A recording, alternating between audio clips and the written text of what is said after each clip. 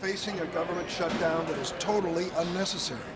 President Trump proudly announced that he was proud of this shutdown, and then in a meeting that I attended last week said the shutdown could be extended for months, even years, before he would allow these workers to receive a paycheck.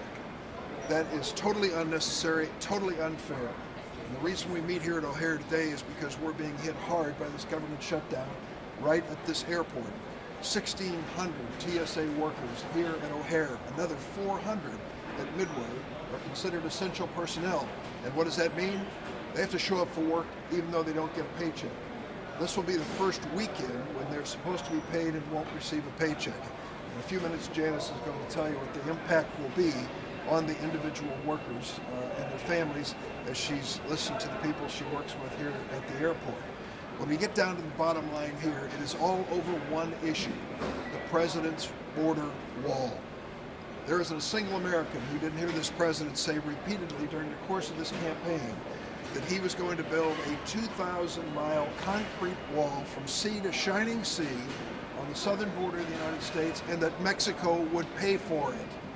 That is totally unnecessary and a total waste. We've reached a point where Mexico has made it clear they're not going to pay for any of it, and it's not fair to ask the American taxpayers to pay for something that's unnecessary for border security. What do we need for border security? Don't take it from a politician, take it from the experts.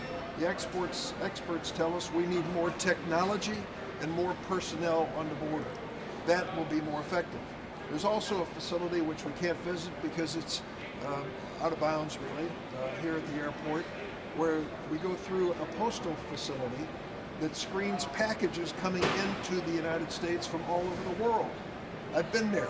They are dramatically overwhelmed with the number of packages flowing through this facility. They need more people.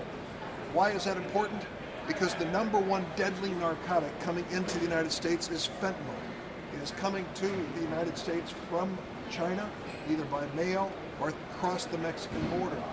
We need more people to interdict these shipments from China to stop this deadly chemical from coming to the United States and killing members of our families. That is good border security. It's something I would gladly vote for, Democrats and Republicans. Let me mention something else that you may or may not know. 80%, maybe even 85% of narcotics coming in the United States come across that border with Mexico. And how do they come across? They come across at official ports of entry. Those are the big stations that people cross into the United States. So what percentage of railroad cars do we scan to see if there might be contraband, weapons, even humans who are being trafficked into the United States? 98% of rail cars. Good news, right? What about cars and trucks? 17% of cars and trucks are currently being scanned, fewer than 1 out of 5. And when you ask the experts at TSA, how can we be safer as a nation? They say put more of those scanners, they're called Z portals, in place.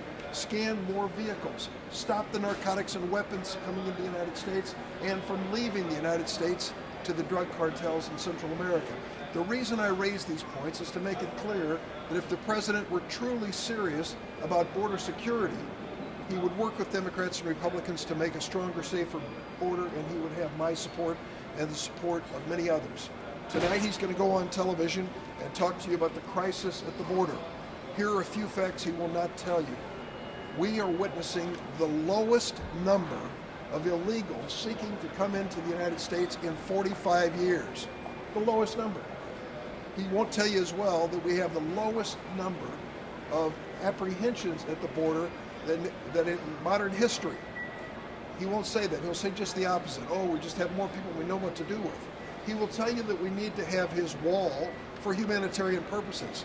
I want to remind the people listening, it was this administration that decided just a few months ago to forcibly remove 2,700 toddlers, infants, and children from their families at the border, and 100 of them still have not been reunited as of this moment.